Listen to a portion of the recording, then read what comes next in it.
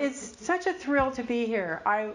The main thing I kept thinking before realizing that I was writing something that was totally revealing, yikes, I mean, it's a memoir, was how will I feel when I stand in front of people I know and don't know and talk about this process or even do this reading?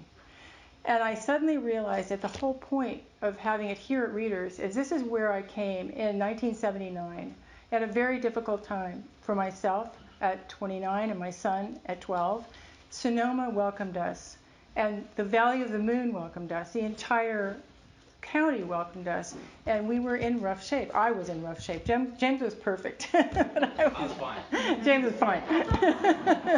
I was in rough shape. So you'll find that out if you read the book, and I'll do some reading from it. I'm not going to do any readings that have to do with the deeper, troubling stuff because there's no point. I think the pieces that I share will give you a sense of where I'm coming from and the spirit of the writing, and that will, either motivate you to want to read the book or make you realize you don't want to. It's fine. It's just a book. So, yes, and I will be breaking for questions in a minute, but I want to talk a little bit, too, about, again, how grateful I am to this community for, first of all, receiving me when I wasn't knowing exactly who I was or what I should be doing. I was in a very painful state of grief and business failure that was just incredibly difficult and unexpected. I had no idea that I was speculating because I was buying houses and restoring them. I did 16 houses in 6 years, bam, bam, bam. And I started when I was 24, and now all of a sudden I'm 29, and nothing's selling. What in the hell's the problem? Well, the problem was it was a savings and loan breakdown. That was in 1979. I had 3 houses for sale. James, I'm sure remembers. We sold my refrigerator, my washer, my dryer, my stereo. I was writing for Sacramento Magazine. I sold my typewriter, my desk, and James's piano to pay one house payment in order to try to get through. It didn't work. Nothing would work at that point. The rate for a mortgage was, 18 to 19%. Yeah. Remember those days. So nobody, no. So it was very painful, and we came here with a truckload of stuff and like $500 and a painting brush and a ladder and, a bucket, okay? And we made our way back up. So I'm really thrilled that you guys are here. You know me in a different level, except some of you knew me way back when. And so my really close friends, Carol and Catherine, are here. Julie is here, and these are friends that have known me since the very beginning of coming to Sonoma. So thank you. All right, so I think I'll just start with my reading, if that's cool. Okay, here on Sonoma Mountain, where I live with my husband, Chuck, 30 miles of trails wend through a forest of bay, oak, and redwoods. In the crease of steep hillsides, seasonal winter creeks sparkle bright against a tumble of dark gray stones, and in summer, the sun warms the straw and bunch grass, sending a sweet scent all across the valley. These days, all I feel is grateful.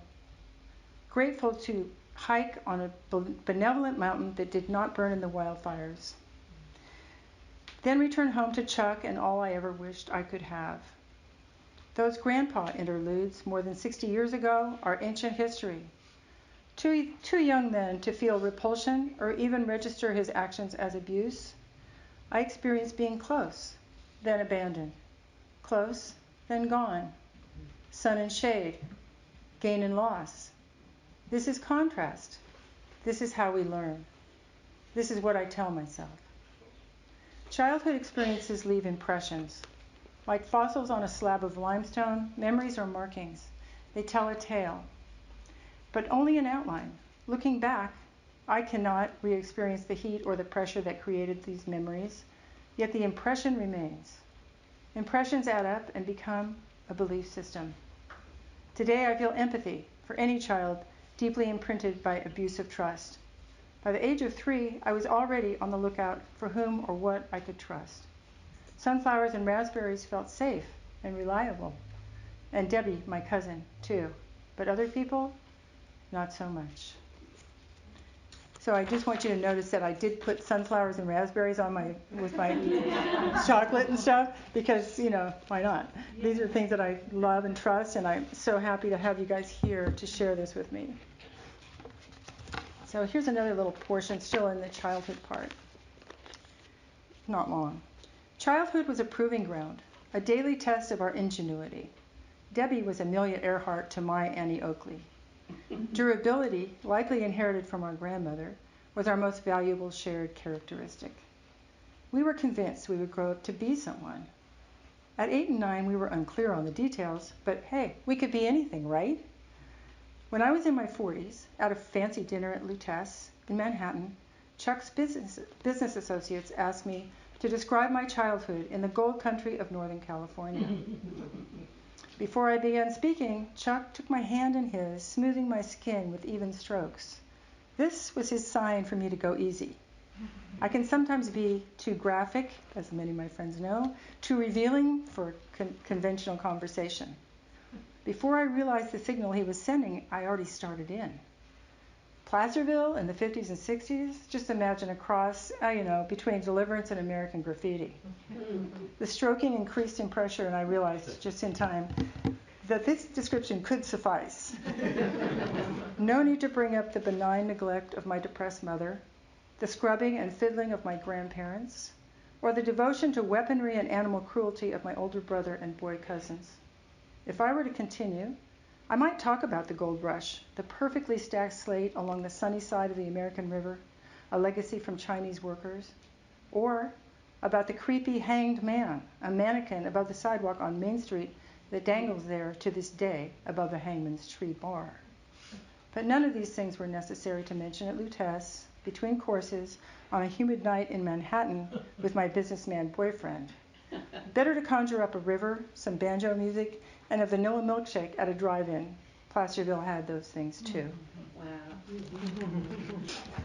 Now you remember that this book, or you may have read, that this book really touches on the fire. The fire really burned a hole in my so-called nature girl story because I thought everything about my life was all about nature and people were over here. We'll find that out. I didn't try to make it obvious that that's how I felt, but I didn't do a very good job of hiding that. Anyway, this is Chuck's. I'm reading this in honor of my husband because he wants me to read this and he likes it and I love him and I agree. It's not too long. It's called Diamonds and Rust. It's chapter 31, 1989. So I was 39. Chuck became my long-distance boyfriend. In Colorado, a couple of months after we met, we hiked blissfully at high elevation, polished all over after hours of reunion sex. As we marched up a steep trail, I shared the story of never seeing or holding my first baby. When I glanced back, I saw tears tracing down Chuck's face as he quietly trudged along behind me. Yes, we were different, but only as different as a red M&M and a yellow M&M. Our operating personalities formed this thin, bright shell designed to attract attention and at the same time protect our interior selves. When we spent time together, our hard candy shells melted away. On that Colorado afternoon, under a daytime full moon, I knew. Here was my man. In the years that followed, I would struggle because of our differences, because of my fears, because of my intense attachment. My mother, who had been skeptical about most of the men I dated, liked Chuck. Long ago, she said she hoped I would find an engineer type, someone who thinks you're fascinating. And I'm like, was this her indirect way of saying I was complicated and unpredictable? She must have hoped a linear thinker would find these traits compelling. To be considered fascinating would be a plus. This was kind of on my list, but my current list left out a couple of things. 1, lives nearby. Well, okay, we were working around that. 2, enjoys fidelity. We spent years seeking to reconcile that. So, there's this whole chapter that I love. It's my favorite one. It's really about my son and myself in the middle, and it's in the middle of the book. And it's called Rescue Me. It's about this town of Rescue, population 68, where we lived on 2,000 acres for $40 a month in this little farmhouse alone. So I will just read this because it's just my favorite chapter. And I'm just reading a page and a half. I was out in the yard chopping wood a few weeks later when the phone rang. Luke, my roommate, was calling from San Francisco. He wanted to move to the city. Would Jamie and I be all right living alone? I spun in a circle under the broad sky, opened wide my arms, and bowed my thanks to God. At last, I could claim my time to be a mother. No distractions, no witnesses, and time to just be. We lived frugally on the monthly welfare check. Once a week, we drove into Rescue to pick up mail and shop at Howdy's Place, a small general store. One afternoon in the late fall, we removed the rubble littering the floor of the barn. Muddy, torn papers and crumpled old boxes left by the others long ago. Who would leave a mess like that?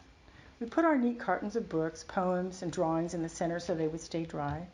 One day the landlord dropped off 40 shaggy red cows to graze the winter pasture. He handed a small sack of candy to Jamie out the window of his truck, and I handed him the rent. He didn't ask about Luke. We were the official hippie renters now. My premonition of emptiness resurfaced from time to time. What were we doing here, marooned, watching winter approach?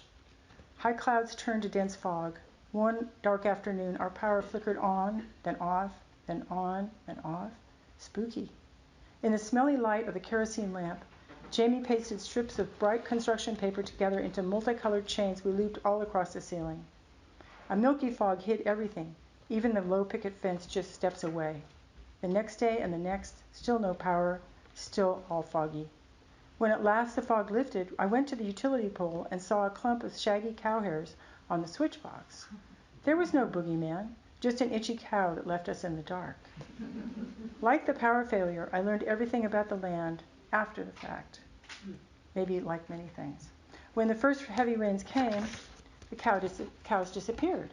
For 3 days we wondered where they might be until we saw some bony hips sticking out of the barn. Our boxes, 40 cows milling in slow circles, had ground all our papers and pictures into a pile of rubbish that looked very much like the trash we'd cleared out 3 months before. So then this is just one last thing I do want to read.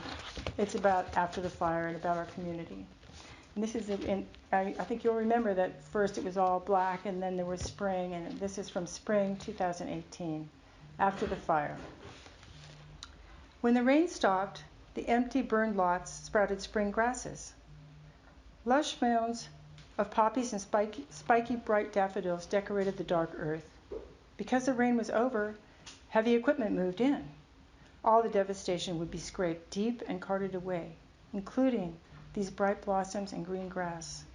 Then the remaining earth must be tested for carcinogenic remnants and, if needed, scraped even deeper. It's the law. For some fire survivors, this scraping is the deepest cut. No more sifting the ash for a lost diamond. No more collecting fragments of china. In the San Francisco studio one afternoon, as we waited for samples of chinoiserie to dry, my son James tried to explain away my remorse about not alerting neighbors the night of the fire. That night, Mom, you and Chuck had no way to know there was another fire burning half a mile away. Probably lots of people were in, James said as he stirred some cream into his coffee. Maybe rushing down the mountain in the middle of the night was just instinct. But that's not the point, James. What if someone had died? As a young girl, I'd been a lifeguard, a scout, assisted my mother, who was a nurse, with emergencies. I was at the ready to help, at least in my mind. Running away was the last thing I expected of myself. My connection with any lizard, any tender fern, now seemed much more alive than my connection to others, including my own neighbors. The night of the fire seemed to prove this. Years of scanning buildings for flaws and imbalances worked great for my career. But the scanning did not stop there. I often scanned people. Strangers and acquaintances, and offered them glib advice, later learning I had been insensitive. My communication style is abrupt, more like my father and grandmother than I like to admit. What would it take to fix this? It was time to do some of my own deep scraping. I wanted to bulldoze, to excavate down to bedrock, to find my own human kindness, forgiveness, and trust. So thank you, guys.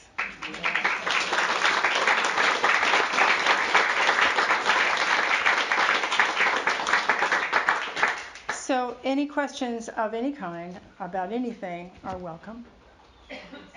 Yes? Can you tell us about the title? Oh, the title, yeah. This is so cute. Thanks for asking. So I thought that this was an affirmation that Julie told me. That's Julie that just asked this question. And I've known her since she was 18. But no, she says that I said it. But I think it seems to be something that sort of floats around, because when I decided to title it this, it's used elsewhere. And so it is an affirmation. And in fact, the way we see it, both Julie and I and everybody that I try to encourage to do it, is that we have this, whatever this is, that whatever remnants of our life that we have right here before us that we're grateful for, we have. But that does not preclude that we could have something better. I'm okay with that. Bring it, And so that's what that's really about. And so all this, rolling along through my life has been, bring it, something better. Sweet. So I think it's, for each person is different, certainly. And, it's true that my first draft I thought was great. Okay, the first 20 years, everything's difficult, but I made it through, ha. Then there's the last 20 years, look how great I am. Okay, wait. One of the people in one of my classes said to me at Sonoma State, wait a minute, where's the messy part? And I'm like, oh, what messy part?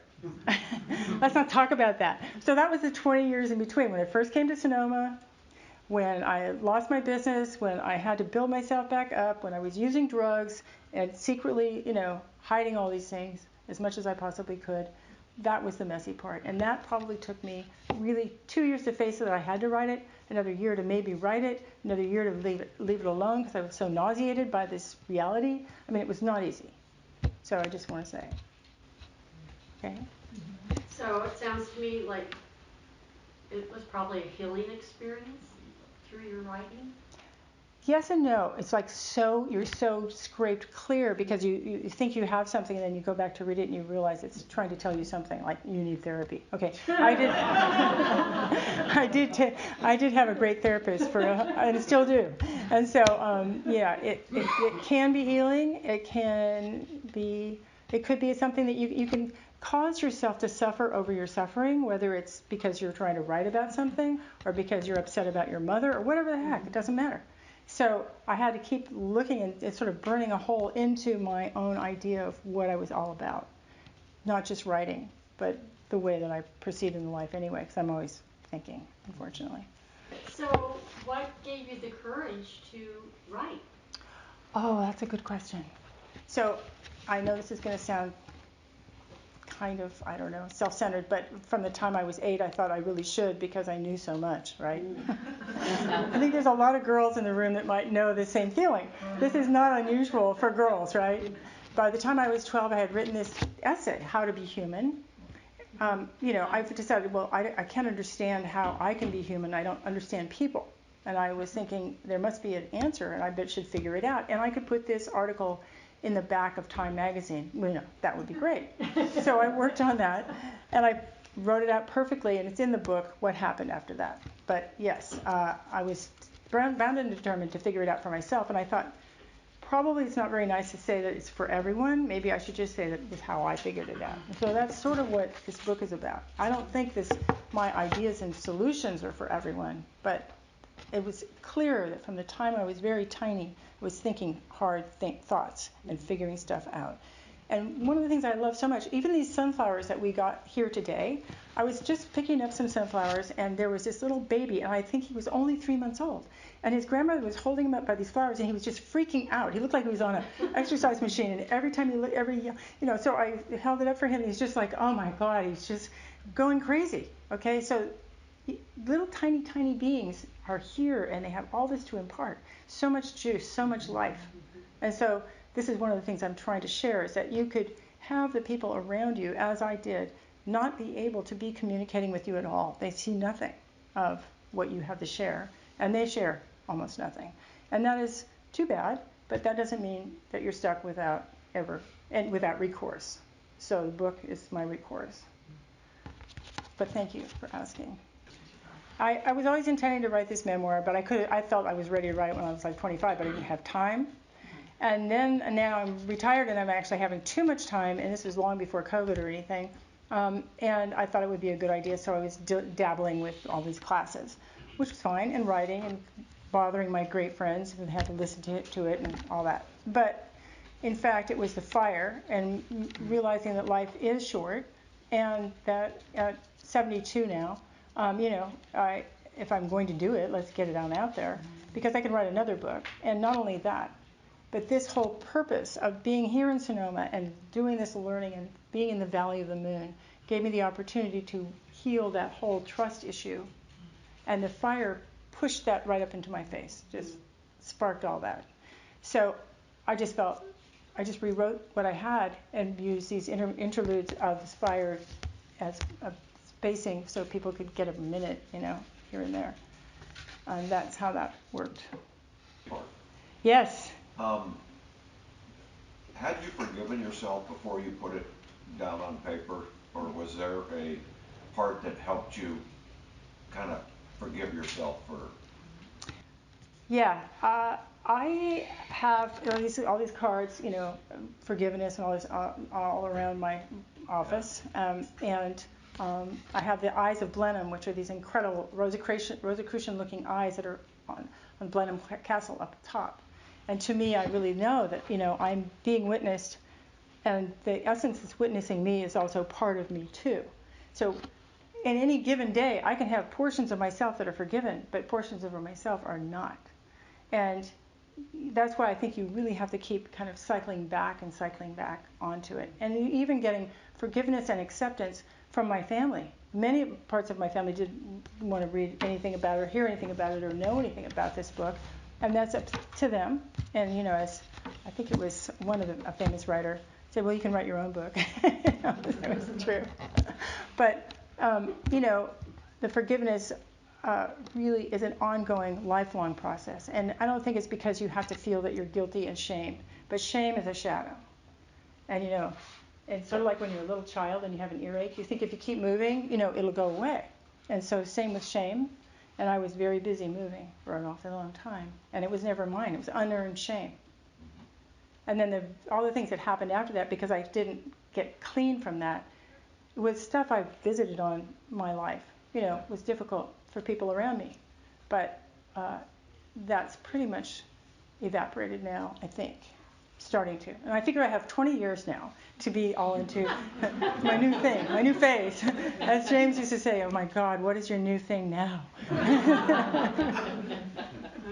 Oh, I do have another book coming. It's called Notes from the Studio, and it's about things I learned in the studio, and a little bit of a story about everything that has to do with my career as a painter and decorative artist, colorist.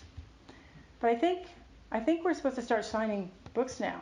So I really so appreciate you guys. Thank you.